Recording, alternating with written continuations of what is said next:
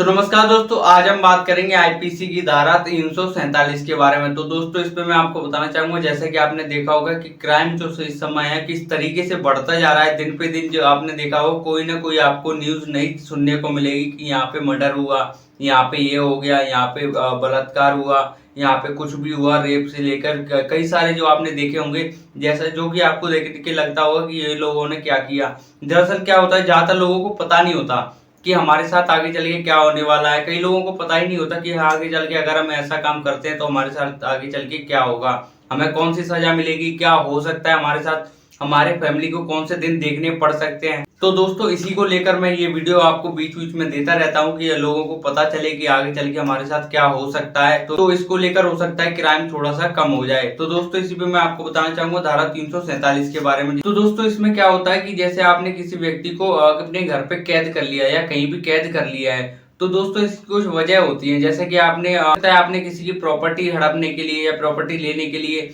मान लो किसी व्यक्ति को अपने पास कैद कर लिया, उससे बोला कि भाई अपनी प्रॉपर्टी मेरे नाम कर दे, नहीं तो तुझे नहीं छोड़ूंगा।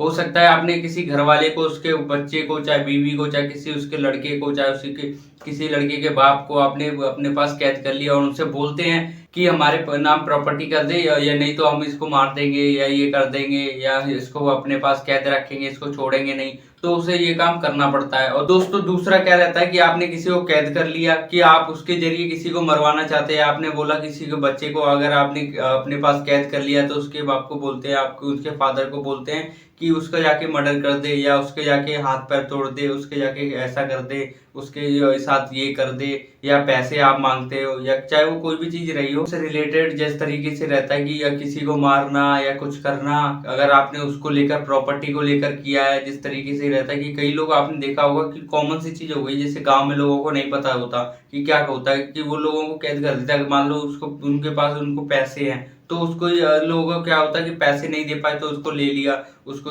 किडनैप कर लिया, उसको आप एक तरीके से कैद कर लिया अपने घर में और बोलते हैं कि भाई ऐसा कर दे वैसा कर दे। और कोई भी शरीफ जो लोग होते हैं जिन्हें नहीं पता होता, कुछ पुलिस के पास नहीं जाते, उनको पता ही नहीं होता कि आगे चल के क्या होता है, वो बस एक तरीके से डर में जीते रहते हैं। दोस्तों उनके लिए ये वीडियो है जो किस तरीके से बच सकते हैं, किस तरीके के लोगों का सामना कर सकते हैं। ऐसे लोगों के लिए ही कानून बनाया गया है। जिस तरीके से लोगों को परेशान करते हैं, जो सीधे साधे लोग हैं उनको लोग परेशान करते हैं, कैद कर लेते हैं और जिस तरीके से अपनी मनमानी जो एक तरीके से करते हैं, अपने मन चाहे काम दूसरों के जरिए करवाते हैं। क्योंकि अगर जो नाम आएगा तो दूसरे व्यक्ति का नाम आएगा कि उसने मारा था और जिस तरीके से सजा होगी तो उसको होगी। और जो कि एक तरीके से उसकी कोई गलती नहीं होती, वो मजबूरन ये काम करता है जिस तरीके से, और फंस वो जाता है और जेल वो चला जाता है, सजा उसको होती, जुर्माना उसको भुगतना पड़ता है। तो दोस्तों इस तरीके से कई लोग जो आपने देखे होंगे, हो सकता है कि आप में से भी कोई रहा हो जो वीडियो देख रहा है, जिस तरीके की ये एक तरीके से क्राइम बढ़ता ही चला जा रहा है। ये कि नॉर्मल